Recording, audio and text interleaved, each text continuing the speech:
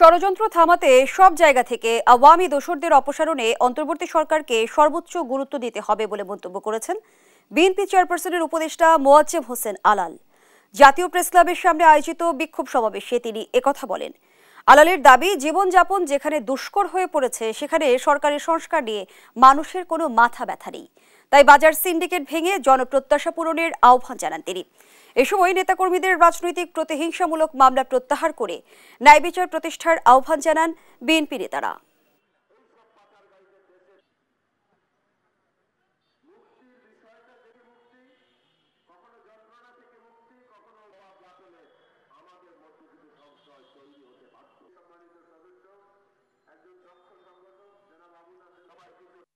সংসার চালানো যেখানে দায়, সেখানে সংস্কার নিয়ে জনগণের কোনো মাথা ব্যথা নেই।